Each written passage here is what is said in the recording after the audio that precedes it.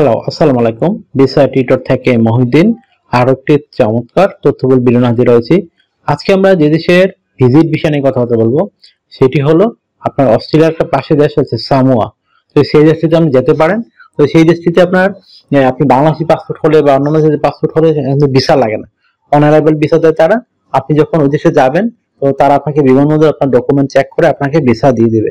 তখন আপনি ইচ্ছা করলে 3 থেকে 6 মাস থাকতে পারবেন। তো আপনি যে ইন্টারন্যাশনাল এজেন্সিতে যাবেন তাহলে আপনি পুরো ভিডিও দেখতে পারেন।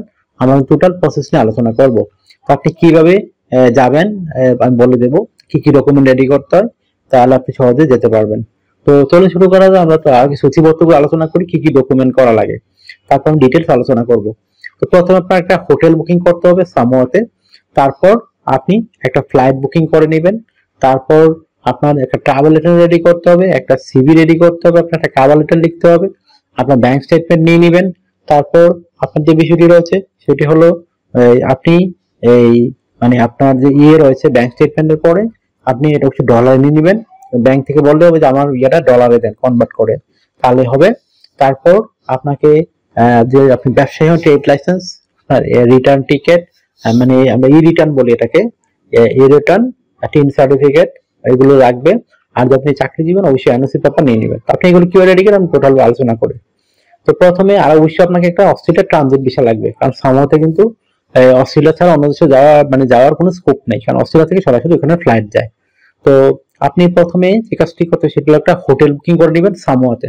তো সেটা আপনি অনলাইনে গিয়ে করতে পারেন। আপনার ক্রেডিট কার্ড লাগতে পারে, ডেবিট কার্ড থাকলেই করতে পারবেন। ভিসা কার্ড, মাস্টার কার্ড, যে কোনো একটা হয়। তারপর আপনাকে একটা ফ্লাইট রিজার্ভেশন টিকিট করতে হবে। তো সেটি আপনি নিজে নিজেই করতে পারেন। তো সেটা আপনি অনলাইনে করতে পারেন, অথবা আপনাদের ট্রাভেল এজেন্সি টিকিট কাটে তারাও করে দেয়, আপনারা যোগাযোগ করে করতে পারেন। তারপর আপনাকে রেডি করতে হবে একটা ট্রাভেল আইটেনারি। ধরেন আপনি সামোয়াতে থাকবেন, 15 দিন থাকবেন। তো 15 দিন আপনি কি করবেন, সকাল, বিকাল, দুপুর, রাত, সেগুলো আপনাকে টোটাল বর্ণনা করে লিখতে হবে। তো time to time, day to day, তাহলে আপনার একটা কভার লেটার রেডি হয়ে গেল।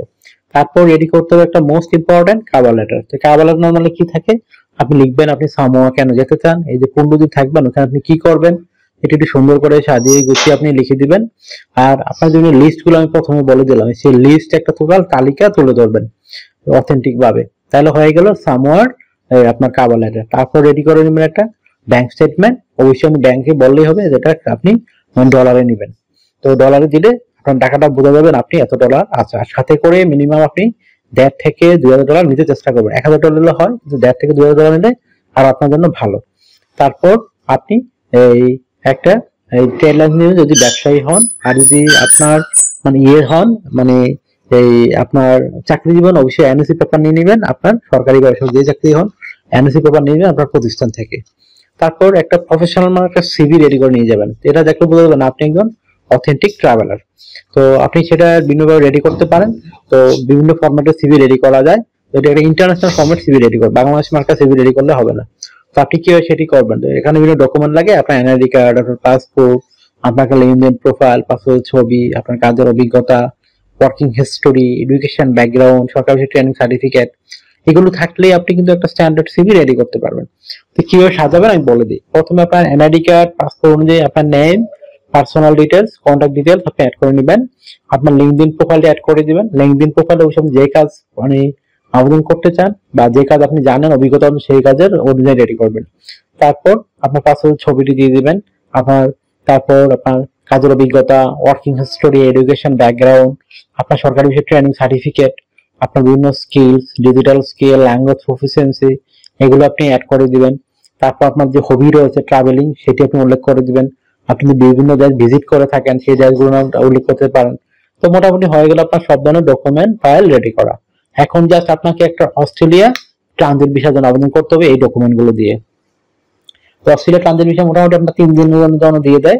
তো আপনি কিন্তু এই চমৎকার সুযোগটি নিতে পারেন। যদি 3 দিনের জন্য ট্রানজিট পেয়ে যান তাহলে কিন্তু আপনি কিন্তু পরবর্তীতে আরো সহজে অনেক দেশের ভিসা পেয়ে যাবেন, যেহেতু অস্ট্রেলিয়া ট্রানজিট ভিসা একটা, এটা কিন্তু মোটামুটি রিজেক্ট হয় না। তো আপনি কিন্তু এই সুযোগটি নিতে পারেন। আশা করি বিষয়টি বুঝতে পেরেছেন। তো আপনার যদি এই ভিডিওটি ভালো লেগে থাকে আপনি অবশ্যই ভিডিওকে লাইক করে দিবেন। আর আমার চ্যানেল নতুন হয়ে থাকলে চ্যানেলটিকে সাবস্ক্রাইব করে বেল বাটনটি চেপে রাখবেন, আপনার কাজে লাগবে। কারণ আমরা আপডেটেড যে জব পাবলিশ হয়, ভিজিট ভিসা সম্পর্কিত নিউজ, সেগুলো সবার আগে আমরা লিঙ্ক সহ আপনাদের প্রোভাইড করে থাকি। আশা করি বিষয়টি বুঝতে পেরেছেন। আর একটা বিষয় হলো, অনেকে আমাকে অনেক কল দেন, ফোন দেন, আসলে আমরা চাইলে সবার সাথে কথা বলতে রিসিভ করতে পারি না। তো আপনি আমার সাথে কাজ করতে চাইলে, ইন্টারেস্ট হলে আমাকে অবশ্যই হোয়াটসঅ্যাপ ইমোতে মেসেজ দিতে পারেন, তখন আমি কিন্তু রিপ্লাই দেই। আর আপনি আরো কিছু জানতে হলে অবশ্যই ভিডিওতে কমেন্টস করবেন। তো ভালো থাকবেন, take care, goodbye, tata.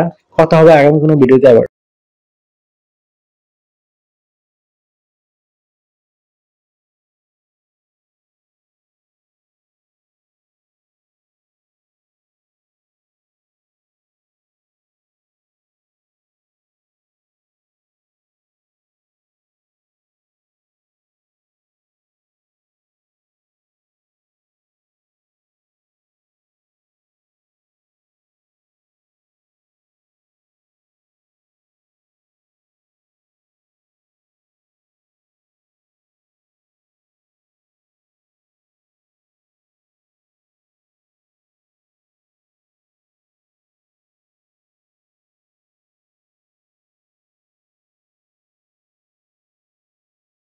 আগামী ভিডিওতে